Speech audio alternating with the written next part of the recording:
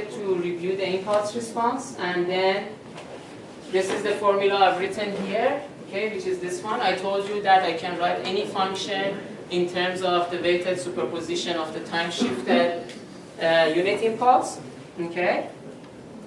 And this was the sort of a more rigorous mathematical proof of that. So don't, yeah, this one. So don't worry about that. Now this one, so this is the important one, okay? The linear time invariant system. This was the linearity property that we saw. Okay, this one you've seen.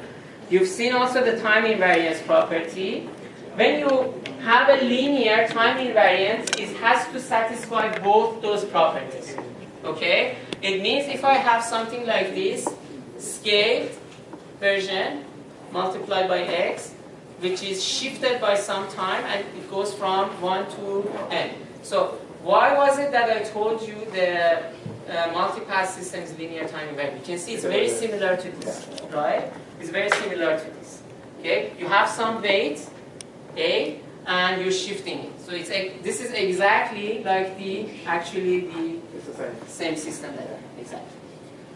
So you basically the basic idea is if you shift the signals and you multiply them by some constant and you sum them up for the input signals, you should do the same thing to the individual output signals. So these are the individual output signals, these are the individual input signals. And this is the assumptions. Okay? So I assume my linear time invariant system, when this is the input to it, x1, the output is y.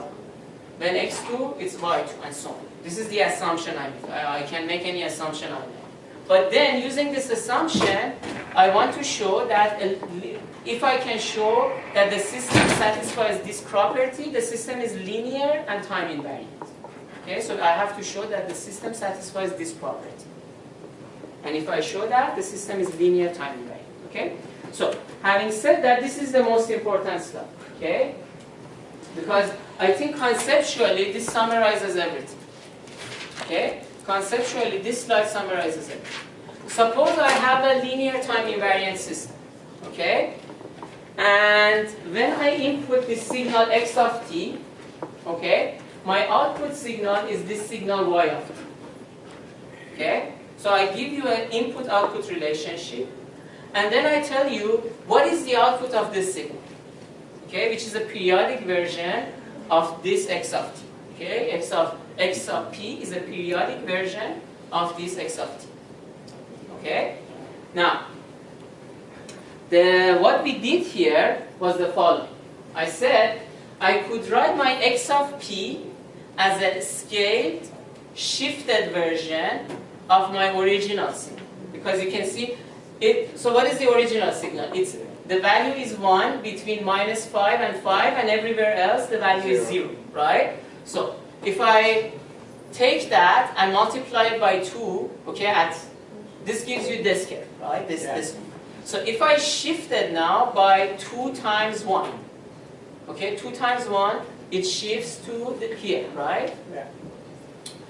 If I shift it here, the signal is going to be again from 1.5 to 2.5, and the height is going to be 2. Same thing if I shift it by 4 now. Okay, you can see that, and the reason you could do this addition is because each of these individual ones is 1 for this duration and 0 everywhere else. And when you add them together, you get this periodic signal. Okay?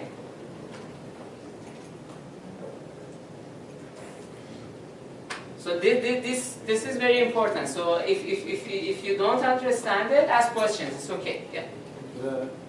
It's periodic, and there's a break of no signal for exactly. length of 1. Exactly. So how is that length 1 when the shifting is of 2? Because you have a half here and a half here. Oh, and the half and a half add up to 1, therefore there is only 1. Exactly. Yeah. Okay? Exactly. So, do you want me to go over this a little bit in a step-by-step? Yeah.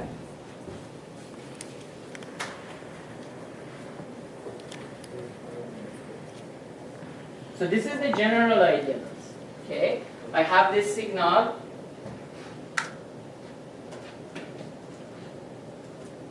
Okay, I have this signal x of t. Okay, and I want to generate using this x of t this periodic signal. Okay, the way I could do that is that this signal itself, okay, is from 0.5 to 0.5. The magnitude is 1, the original one. Okay, so let's construct first this portion. Okay, first this portion. Okay, what do I have to do? I have to simply multiply this by 2. Okay, that will give me magnitude of 2, exactly.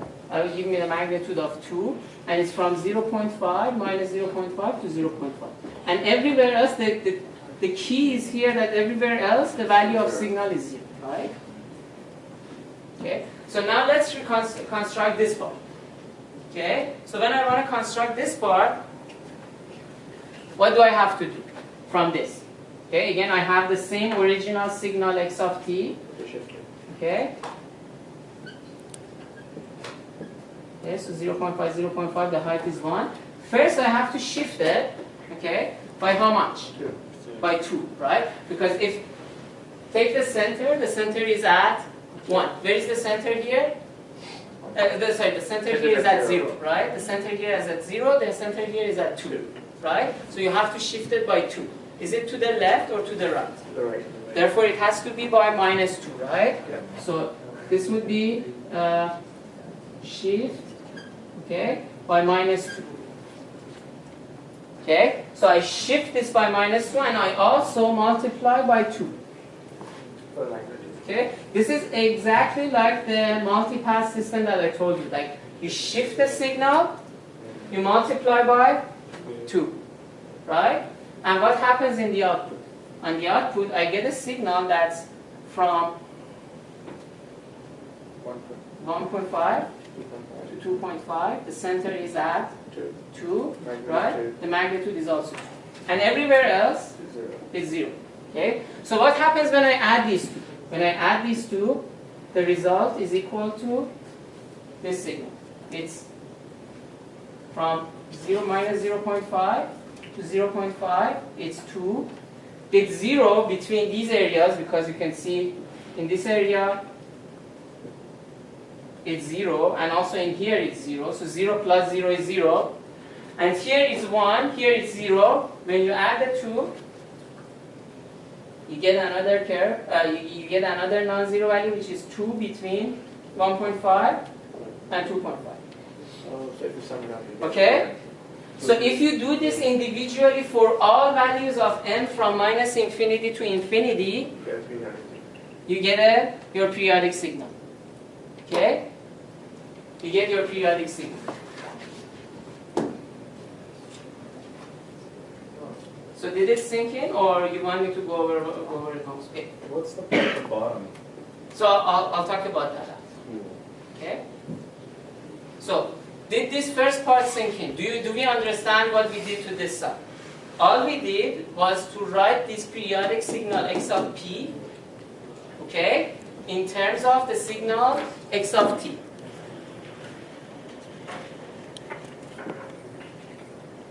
So this system's taking a periodic signal and converting it to a periodic signal? No. No. That's not what it is. So I told you when the signal, because it's linear time invariant, okay, what we want to do is we want to write it in terms of the original signal that we know already the output to. Okay? So we know the output of the system for this particular input. So when we have this new input, what we are trying to do is we are trying to reconstruct this new input in terms of the old output, which we know the output to. In terms of the old input, which we know the output to. Okay? And from that we want to get the output of the system when this is the input. Yeah. Any other questions?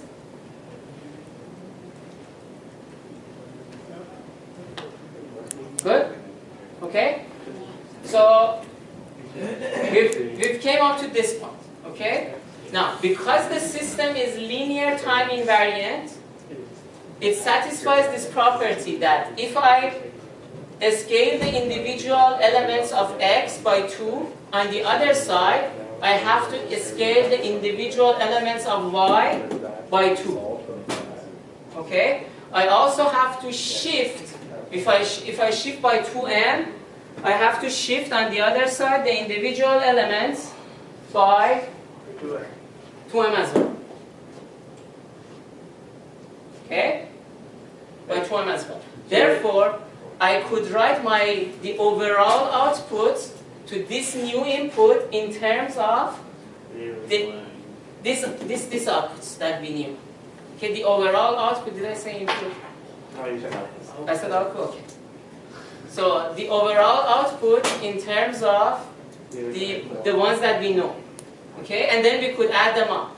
The same thing we do with this, we do with that. And this is the output we get. Okay? So make sure you understand this. Okay? I emphasize again, and there's a reason I emphasize. Make sure you understand this. Okay? So what's... Wait, I forgot. What kind of a question would you pose and what kind of an answer would you Yeah.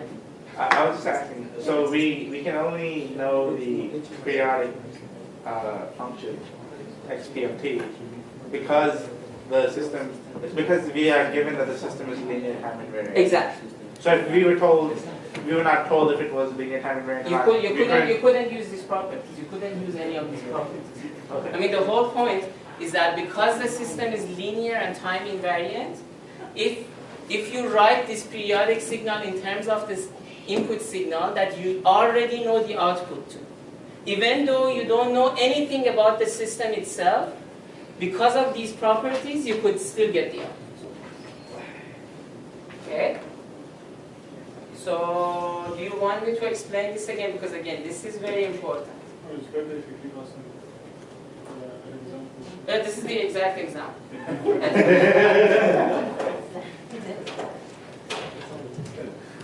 Okay? I can't be more clear than that. The times 2 scaling, where did that come from? The time to scaling is because you can see here, what is the amplitude? 1. What is the amplitude here? Wait, so are we given? Are we given? This is given to you. Oh, okay. So the question is this. Let me go back to the question. Show us how you would word a question based on this. This is exactly how I would word the question. Okay? So I would give you an input, okay, x of t. And I would tell you for this particular input, the linear time invariant system produces this output. Okay? Then I will tell you now, without knowing anything about this linear time invariant system, I haven't told you anything about it. Okay? So you don't know anything. What is the output when the input changes to this periodic signal? And because of those linear time invariance properties, you can still give me the output without knowing anything about the system itself. Do you need to give you like the formula or draw the graph? Probably it would be very similar to this question. Again, I can't be more clear. Just write down the whole thing. Just write down You could use that, but again, the numbers might change, the shapes might change, so unless you understand the concept, you won't be able to solve it. The numbers are changing. Yeah. The shape is changing. So are we good? Yeah. Should we move on? Yes. I hope I was clear enough. Convolution. Okay. So let's see. Then, okay, so what did we do next? Okay, we introduced the impulse response. So this impulse response is also important, okay? So what was the idea behind the impulse response? When we have a linear time invariant system, if the input is the unit impulse, the output we call impulse response. So if I ask you what is an impulse response, you say it is the output of a linear time invariant system when the input is the unit impulse. Okay? And because of the linear time invariance property, if I scale and I shift these things, I have to scale and shift the unit impulses, the impulse responses. So this is again, these examples are important. If I give you a system and I ask you what is the impulse response, you should be able to tell me, okay? And it's very easy. Wherever you see your x, you substitute your delta function, because the impulse response is the output when the input is the delta function, or the unit impulse. Okay, so these examples, review them. And again, this is another, because I want this idea of linear time invariance to sink in. Okay, this is another example. If I tell you the impulse response is this, okay? The impulse response is when the input is just the delta function. And I tell you now what is the output of that system, okay? What is the output when the input is that sum of those time-shifted versions of impulse response? You simply shift them, you shift the output, you multiply it with your constant, and you add everything up together.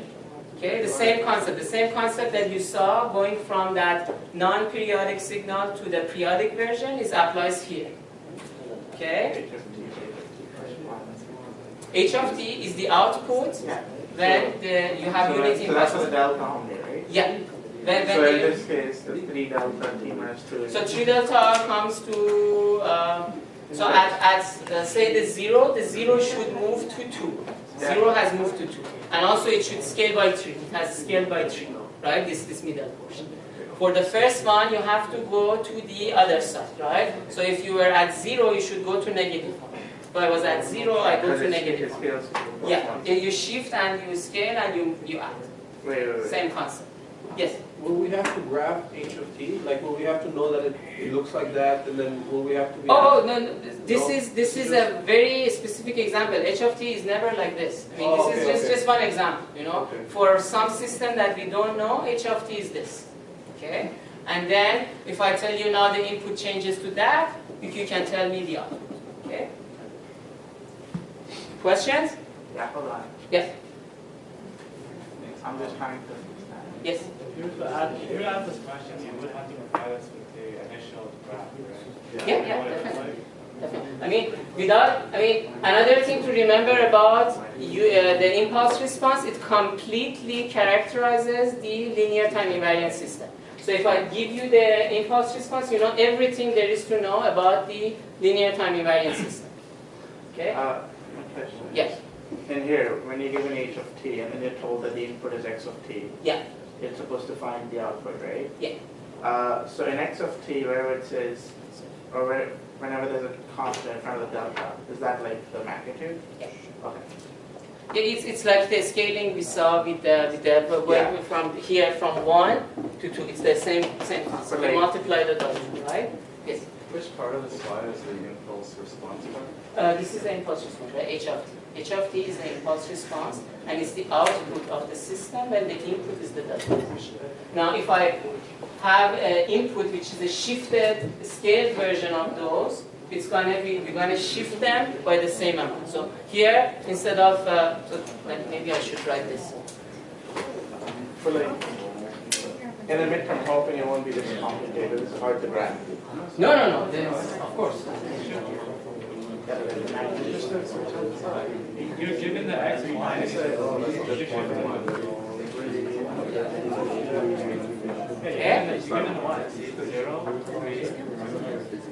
Yeah, don't worry. Anyways, you're not going to see something complicated. So then we derive the convolution. Okay, and this was the formula for convolution. This was the nasty integral that we had.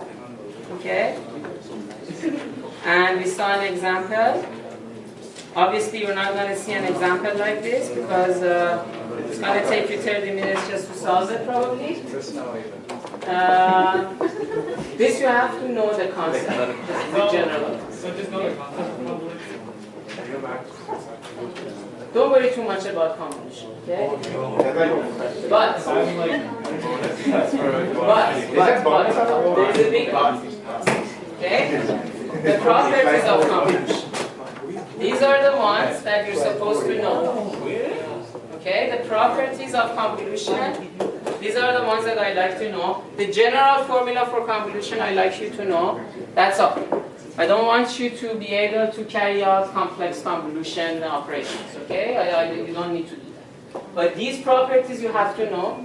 You have to know that what is convolution? The convolution is basically used to get the output of a linear time invariant system for any input x of t. Okay, and the way you get that is using the impulse response. So when you know the impulse response, what you do for any input, you convolve it with your input and it gives you the output. Okay, so convolution gives you the output of a linear time invariant system. And these properties are important. So these two, very important, okay, because they make the convolution operation easy. Okay, instead of that complex integral, you have a much simpler integral. And here, again, you see the delta function is very special because when you convolve any signal x of t with the shifted version of x of delta function, the output Is a shifted version. is a shifted version of the signal. So you don't have to carry out any integration.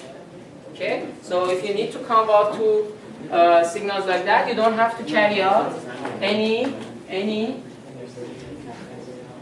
operations. Okay? So tell me, what is if I have x of t convolved with delta of t, what is the output? X of t. X of t. That's it. Okay? Yeah, this last one is okay, and that's that. Yeah. Okay, let's see number 11. Okay, number 11 is also important. So, for number 11, again, I want you to understand the general concept. Okay? So we talked about convolution, its properties, and then these ones are important. Okay, when we had cascade systems, that means systems of, you could create more complex systems using individual linear time invariant systems, and you could have systems in parallel like this, or in series. So the general idea is if you know the impulse response of these individual systems, you could calculate the overall impulse response of this whole system. Okay, and this is how you do it for parallel. You simply add the impulse responses together. Okay, simply add the impulse responses together. In case of series, you convolve the two impulse responses together. Okay, you convolve the two impulse responses together, and that gives you the overall impulse response of the whole system. Okay, and also for series, it doesn't matter if you switch the systems, okay, the order of the systems. Now, this example is important, okay, and the next example is also important. So make sure you know these two, okay. It's lecture 11, slide 16, and the next, I think, 3 slides that follows. There's 2 slides that follows. So the overall idea is, if I give you a complex system like this, where you have a bunch of individual linear time invariant systems, and I ask you to give me the overall impulse response of the system. Okay? When you have parallel systems, you add them, and when you have this whole thing, and you have 2 series, you convolve them like this. Okay? And this next example captures that as well. Okay, so if you have a complex system like this, and I tell you this time I give you particular values of the impulse response. Okay, because these are in parallel, you add them. So when you add, you have u of t, you have a minus u of t, these two cancel, so the overall impulse response of this system is u of t minus 2. Okay, and then these two, these are in series, so you have to convolve them. When you convolve this one with this one, this is a special case, right? So you could use those properties, and this is the answer you get. Okay, so you convolve those two, you get t minus 2 plus 2, okay? Because there's a plus 2 here and there's a minus 2 here. And the 2 cancel out and you get u of t. That's for the parallel and the series. So that's for these three. Okay? And then at the very end, when these three come out, these three and this one are again in parallel. So you add them. So you add this u of t, which was the result of this system, to this one. And that's the sum of them. And that would be the overall impulse response of the whole system. Okay? So this one is simple.